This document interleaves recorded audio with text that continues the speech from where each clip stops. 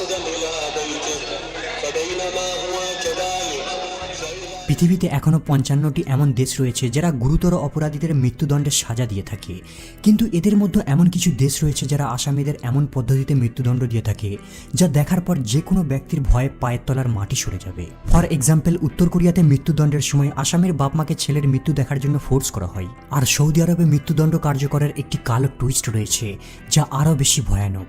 সবার আগে আমেরিকার মৃত্যুদণ্ড কার্যকরের পদ্ধতি সম্পর্কে আলোচনা করা যাক। প্রতি বছর যুক্তরাষ্ট্র প্রায় ২০ জন অপরাধীদের মৃত্যুদণ্ডের সাজা দিয়ে থাকে। তবে আমেরিকার অনেক স্টেটে মৃত্যুদণ্ডের সাজা অবৈধ, আবার অনেক স্টেটে অফিসিয়ালি ব্যান না হওয়ার পরেও মৃত্যুদণ্ডের সাজা দেওয়া হয় না বললেই চলে। কিন্তু এখনও ১১টি স্টেট রয়েছে যারা অপরাধীদের মৃত্যুদণ্ডের সাজা দিয়ে থাকে। যদি কোনো আসামি খুবই গুরুতর অপরাধ করে থাকে, যেমন খুনের অপরাধ, রাজদ্রোহ, গভর্নমেন্টের গোপন ইনফরমেশন ফাঁস করে দেওয়া অথবা ড্রাগস পাচারের কোনো এক্সট্রিম লেভেলের কেস হয়ে থাকে, মেনলি এই কটা কারণের জন্য আমেরিকায় আসামিদের মৃত্যুদণ্ডের সাজা দেওয়া হয়। এখানে আসামিদের মৃত্যুদণ্ড কার্যকর করার জন্য ৫টা পদ্ধতির সাহায্য নেওয়া হয়। মৃত্যুর ২৪ ঘন্টা পূর্বে আসামিদের একটি ডকুমেন্টে সাইন করতে বাধ্য করা হয়। এই ডকুমেন্টে আসামিকে মৃত্যুর সময়, রুম আর পদ্ধতি বাছাই করার জন্য অপশন দেওয়া হয়। এটা একটা গুরুত্বপূর্ণ বিষয়, কারণ আমেরিকার প্রত্যেক স্টেটে ভিন্ন ভিন্ন মৃত্যুর পদ্ধতি রয়েছে। যেমন ওয়াশিংটন ডিসিতে আসামিরা ফাঁসিতে ঝোলার অপশনকে চুজ করতে পারে। ফায়ারিং স্কোয়াড একটি অন্যতম মৃত্যুদণ্ডের পদ্ধতি যা ইউটাতে আসামিরা চুজ করতে পারে। এরপর রয়েছে সবথেকে বিখ্যাত মেথড, ইলেকট্রিক চেয়ার। মনে করা হয় এই মেথডের সাহায্যে খুব দ্রুত আসামির মৃত্যু হয়। আলাবামা, ফ্লোরিডা, সাউথ ক্যারোলাইনা আর ভার্জিনিয়ার আসামিরা এই মৃত্যুর অপশনটাকে বাছাই করতে পারে। আরও দুটো মৃত্যুর পদ্ধতি হলো লিথাল ইনজেকশন আর হাইড্রোজেন সাইনাইড গ্যাস প্রয়োগের সাহায্যে মৃত্যু। মিসৌরি আর ক্যালিফোর্নিয়ার আসামিদের জন্য এই অপশনটা। তবে লিথাল ইনজেকশনকে সব স্টেটেই প্রথম অপশন হিসাবে রাখা হয়। যখন একবার মৃত্যুদণ্ডের ওয়ারেন্ট পেপারে সাইন হয়ে যায়, এরপর থেকে শুরু হয় ২৪ ঘন্টার কাউন্টডাউন। ২৪ ঘন্টা পূর্বে অপরাধীকে জেলের সেল থেকে বের করে একটি রুমে নিয়ে যাওয়া হয় যার নাম ডেথ হাউস। আর এর জন্য আসামি শেষবারের মতো জেলের বাইরের জগৎকে দেখার সুযোগ পায়। এখানে আনার পর তার ফুল বডিকে সার্চ করা হয় আর তারপর তাকে একটি নতুন কাপড় পরানো হয়। এরপর তাকে লাস্ট সেলে নিয়ে যাওয়া হবে যার নাম ডেথ ওয়াচ। এখানে অপরাধী তার জীবনের শেষ রাতটাকে ব্যয় করবে। বেশিরভাগ আসামি ওই রাতে ঘুমোতে পারে না, কারণ সে জানে তার সঙ্গে কি ঘটতে চলেছে। ১৫ ঘন্টা পূর্বে অপরাধীকে জাগানো হবে, এরপর তাকে স্নান করানো হবে আর তারপর তাকে রেগুলার জেলের মধ্যে ব্রেকফাস্ট দেওয়া হবে। ১৪ ঘন্টা পূর্বে আসামিকে তার বন্ধু আত্মীয়দের সঙ্গে লাস্ট টাইম দেখা করার অনুমতি দেওয়া হবে। ৪৫ মিনিট সময় দেওয়া হবে লাস্ট টাইম তার প্রিয় মানুষদের সঙ্গে ফোনে কথা বলার জন্য। কান্না, হাসি, চিৎকার যেটা খুশি অপরাধী করতে পারে। এই সময় তার ইমোশনকে বাধা দেওয়া হয় না। ১২ ঘন্টা পূর্বে সব ধরনের ভিজিটকে বন্ধ করে দেওয়া হয়। এরপর তাকে রেগুলার জেলের মতোই লাঞ্চ করতে দেওয়া হয়। এরপর পাপ থেকে মুক্তি আর মন পবিত্র করার জন্য ধর্ম অনুযায়ী পুরোহিত কিংবা ইমামের সঙ্গে দেখা করার অনুমতি দেওয়া হয়। ৮ ঘন্টা পূর্বে অপরাধীকে লাস্ট টাইম সূর্য অস্ত দেখার সুযোগ দেওয়া হবে। এরপর ১ ঘন্টা সময় দেওয়া হয় তার প্রিয় মানুষকে লেটার লেখার জন্য। ৬ ঘন্টা পূর্বে তার অর্ডার করা পছন্দের লাস্ট খাবারটিকে আনা হয়। তবে এই খাবারটা $৩০ বাজেটের মধ্যে হতে হবে। যদি অপরাধীকে বৈদ্যুতিক শক দিয়ে মৃত্যুদণ্ড দেওয়া হয়, তাহলে তার পূর্বে তার মাথাটিকে শেভ করা হয়, না হলে আগুন লেগে যাবে। এরপর অপরাধীকে শেষবারের মতো স্নান করতে নিয়ে যাওয়া হয় আর তারপর তাকে শেষবারের মতো খাবার খেতে দেওয়া হয়। ৩ ঘন্টা পূর্বে সাক্ষীরা আসতে শুরু করে। এরা হলো ভিকটিমের পরিবার, আত্মীয় স্বজন যারা মৃত্যুদণ্ডকে সচক্ষে দেখবে। ১ ঘন্টা পূর্বে আসামিকে ৫ জন গার্ড দ্বারা হাঁটতে নিয়ে যাওয়া হবে একটি চেম্বারে যার নাম ডেথ চেম্বার, আর এটাই হলো তার জীবনের শেষ হাঁটা। এরপর তাকে একটা চেয়ার বা বেডে বেঁধে ফেলা হবে। ১২ মিনিট পূর্বে সাক্ষীদের ওয়েটিং রুমে নিয়ে আসা হবে। এরপর রুমের পর্দাটিকে সরানো হবে, জানালাটিকে অন ওয়েতে রাখা হয়, মানে অপরাধী কোনোভাবেই সাক্ষীদের দেখতে পাবে না। ১০ মিনিট পূর্বে লাস্টবারের মতো কয়েদিদের কিছু বলার অনুমতি দেওয়া হবে। এরপর ফাইনালি আসামির মৃত্যুদণ্ডকে কার্যকর করা হয়। আর যদি ফায়ার স্কোয়াড দ্বারা মৃত্যুদণ্ড দেওয়া হয়, তাহলে তার বুকে একটা প্যাচ লাগিয়ে দেওয়া হবে আর তার মাথাটিকে একটি কালো কাপড় দ্বারা কভার করে ফেলা হবে। আর শুটাররা ২৫ ফিট দূরত্বে দাঁড়িয়ে একই সময় ওই বুকে লাগানো প্যাচে শুট করবে। বন্ধুরা, আমেরিকার মৃত্যুদণ্ড দেখে মনে হবে হয়তো অনেক কঠিন একটা ব্যাপার, কিন্তু যদি আপনি সৌদি আরবের সঙ্গে তুলনা করেন তাহলে এটা কিছুই নয়। প্রতি বছর সৌদি আরব গড়ে প্রায় ১৮৫ জন অপরাধীরা মৃত্যুদণ্ডের সাজা দিয়ে থাকে। এই দেশে ছোটখাটো অপরাধের জন্য অপরাধীদের কঠোর সাজা দিয়ে হয়, কিন্তু কিছু অপরাধ রয়েছে যার জন্য মৃত্যুদণ্ড নির্ধারিত। হত্যা করা, মাদকদ্রব্য পাচার করা, কোনো সন্ত্রাসমূলক কাজ করা বা সন্ত্রাসী গ্রুপের সঙ্গে যুক্ত থাকা, রাজদ্রোহী অথবা রাষ্ট্রীয় নিরাপত্তার বিরুদ্ধে কোনো কাজ করা। এখানে চুরির অপরাধের জন্য অপরাধীর হাত কেটে দেওয়া হয়, কিন্তু যদি অস্ত্র দ্বারা ডাকাতি করে তাহলে তার মৃত্যুদণ্ডের সাজা দেওয়া হয়ে থাকে। এমনকি যদি এখানে কালা জাদু, জাদুবিদ্যা আর ঢুঙি বাবাদের দেখতে পাই, তাহলে তাদেরকেও মৃত্যুদণ্ডের সাজা দিয়ে থাকে। অপরাধীদের মৃত্যুদণ্ড কার্যকর করার জন্য 3টে পদ্ধতির ব্যবহার করা হয়ে থাকে। প্রথমটি হলো ফায়ারিং স্কোয়াড।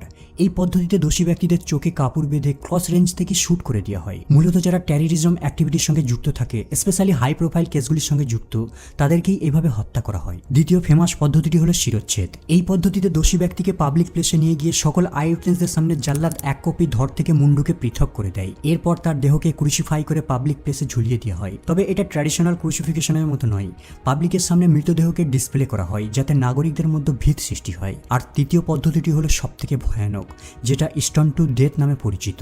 যদি কোনো অপরাধী ব্যভিচার বা ধর্ষণের মতো পাপ করে থাকে, তাহলে ওই ব্যক্তিকে মাটিতে গর্ত খুঁড়ে বুক পর্যন্ত পুঁতে দেওয়া হয়। এরপর তার মৃত্যু না হওয়া পর্যন্ত জনগণ তাকে পাথর ছুঁড়ে মারতে থাকে। কষ্ট আর মৃত্যুর সময়কে বাড়ানোর জন্য পাথরের সাইজকে ছোট রাখা হয়। তবে এই ধরনের সাজার মেথড খুবই বিরল, কারণ ব্যক্তিকে দোষী সাব্যস্ত করতে অনেকগুলি প্রমাণের প্রয়োজন পড়ে। তাছাড়া ইন্টারন্যাশনাল প্রেশারের কারণে পাথর ছোড়ার অল্টারনেট হিসাবে শিরচ্ছেদকেই বাছাই করা হয়। তবে এখানে ভারত আমেরিকার মতো মৃত্যুদণ্ড কার্যকর করার জন্য অনেকদিন পর্যন্ত অপেক্ষা করতে হয় না। সাজা ঘোষণার পর ওই বছরেই তার মৃত্যুদণ্ডকে কার্যকর করা হয়। একবার দোষী প্রমাণিত হলে আসামিকে আল হায়ার জেলে বন্দী করে রাখা হয়। এখানে তাদেরকে পৃথক রাখা হয় না, বাকি কয়েদিদের সঙ্গেই রাখা হয়। আর এখানে জেলের কন্ডিশন অনেক অমানবিক। আসামিদের মানসিক যন্ত্রণাকে তীব্র করার জন্য পরিবারের কারোর সঙ্গে দেখা করার সুযোগও দেওয়া হয় না। বর্তমানে বেশিরভাগ ডেভেলপ গণতান্ত্রিক দেশে মৃত্যুদণ্ডের সাজাকে প্রায় তুলে দেওয়া হয়েছে, কিন্তু তারপরেও পৃথিবীতে এখনও এমন একটি গণতান্ত্রিক দেশ রয়েছে যেখানে অমানবিক পদ্ধতিতে মৃত্যুদণ্ডের সাজা দেওয়া হয়। এই দেশটি হলো জাপান। প্রতি বছর এখানে গড়ে প্রায় 7 জন ব্যক্তিকে মৃত্যুর সাজা দেওয়া হয়। যদি অপরাধী খুন করে থাকে অথবা রাষ্ট্রের বিরুদ্ধাচরণ করে থাকে, তাহলে তাকে মৃত্যুদণ্ডের সাজা দেওয়া হয়। প্রতিটা দেশে মৃত্যুদণ্ডপ্রাপ্ত আসামিদের অনেক আগে থেকেই জানিয়ে দেওয়া হয়, কিন্তু জাপানের ক্ষেত্রে একটু ভিন্ন। কেবলমাত্র মৃত্যুর 2 ঘন্টা পূর্বে আসামি জানতে পারবে তার মৃত্যু সম্পর্কে। মানে অপরাধী আটক হওয়ার পর থেকেই তার কোনো ধারণাই নেই যে তার সঙ্গে কি ঘটতে চলেছে। আসামির মানসিক যন্ত্রণাকে আরও তীব্র করার জন্য তাদেরকে একটি নির্জন কারাবাসে বন্দী করে রাখা হয়। আর ওই কারাবাসে আসামি কয়েক বছর পর্যন্ত বন্দী থাকতে পারে। আর এই সেলের মধ্যে সে বসে বসে প্রতিটা মুহূর্ত মৃত্যুর সময়কে কাউন্ট করতে থাকে। কিন্তু তার কোনো আইডিয়াই নেই যে এটা কোন সময় ঘটতে পারে। তবে সে নিশ্চিত যে মৃত্যু তার জন্য অপরিহার্য। ভয়, চিন্তা আর মানসিক যন্ত্রণা নিয়ে প্রতিদিন তাকে ঘুমাতে হয়। আর ঘুম থেকে ওঠার পর সে ভাবে হয়তো এটাই তার জীবনের শেষ দিন। আর রাতে ঘুমাবার সময় দুঃস্বপ্ন নিয়ে ঘুমাতে হয়, হয়তো ফাঁসির জন্য তাকে এখন বেড থেকে তোলা হবে। আর সারাটা দিন তাকে ওই নির্জন কারাবাসে একই দুঃস্বপ্ন নিয়ে বসে থাকতে হয়। আসামির সাজা ঘোষণার তারিখ জাস্টিস মিনিস্টার ডিসাইড করে থাকে। মৃত্যুদণ্ড দেবার 5 দিন পূর্বে সে একটি ওয়ারেন্ট পেপারে সাইন করে থাকে। এরপর আসামিকে জানিয়ে দেওয়া হবে তার হাতে কেবলমাত্র 2 ঘন্টায় সময় রয়েছে। মৃত্যুর পূর্বে তাকে কেবল একটা সিগারেট আর কিছু স্ন্যাক্স দেওয়া হয়। জাপানে মৃত্যুদণ্ডের জন্য কেবল একটাই পদ্ধতি রয়েছে, ফাঁসিতে ঝুলানো। মৃত্যুদণ্ড কার্যকর করার জন্য আসামিকে একটি চেম্বারের ভিতর নিয়ে যাওয়া হয়। এই চেম্বারের ফ্লোরে রেড কালারের 2টো বক্সের মার্ক রয়েছে, আর এই রেড মার্কের বাক্সটির নিচেই রয়েছে ফাঁসির ট্র্যাপডোর। অপরাধীকে এই বাক্সটির মাঝে দাঁড় করানো হয়। এরপর তার চোখটিকে বেঁধে দেওয়া হয় আর একটি কালো ঘোমটা তার মুখে পরিয়ে দেওয়া হয়, সেই সাথে ফাঁসির দড়ি। এরপর বাইরে 3 জন গার্ড অর্ডার পাওয়ার সাথে সাথেই 3টে সুইচ বাটনকে প্রেস করে। এর মধ্যে একটা বাটনে ফাঁসির ট্র্যাপডোর কাজ করে, বাকি 2টো ফলস। 3টে বাটন রাখার কারণ হলো তাদেরকে জানতে দেওয়া হবে না কে এর জন্য দায়ী। কিন্তু সব থেকে রোমহর্ষক ব্যাপার হলো একমাত্র মৃত্যুর পরে আসামির পরিবারকে খবর দেওয়া হবে। মানে আসামির জেলে বন্দী থাকা থেকে মৃত্যু পর্যন্ত আসামির পরিবার মানসিক যন্ত্রণায় ভুগতে থাকে। তবে এই পৃথিবীতে উত্তর কোরিয়া একমাত্র দেশ যেখানে সবথেকে অমানবিক পদ্ধতিতে ক্যাপিটাল পানিশমেন্ট দিয়ে থাকে। এখানে যে কোনো ন্যূনতম অপরাধের কারণে আপনার মৃত্যুদণ্ড হতে পারে। নির্দিষ্ট কোনো ক্রাইমকে মৃত্যুর সাজার জন্য ফিক্স করা হয় না। সরকারের বিরুদ্ধে প্রতিবাদ করা, নিজের দেশ ত্যাগ করতে গিয়ে আটক হওয়া, বিদেশি টিভি মুভি দেখা, কিমের পরিবারের ছবিকে বাড়িতে না রাখা, এমনকি বাড়িতে বাইবেল রাখলেও আপনার মৃত্যুদণ্ডের সাজা হতে পারে। আসামিদের মৃত্যুর জন্য তারা মেনলি 4টে পদ্ধতির ব্যবহার করে থাকে: ফায়ারিং স্কোয়াড, শিরচ্ছেদ, ফাঁসি, আর সবথেকে ভয়ানক পদ্ধতি হলো মিসাইল দিয়ে শুট করে দেওয়া। কিন্তু আসামিদের মৃত্যুদণ্ডকে গোপনে কার্যকর করা হয় না, সকল নাগরিকদের উপস্থিতিতে তাদের মৃত্যুদণ্ড দেওয়া হয়। আর এই মৃত্যুদণ্ড কার্যকর করার সময় আসামির পরিবারকে সেখানে উপস্থিত থাকা বাধ্যতামূলক।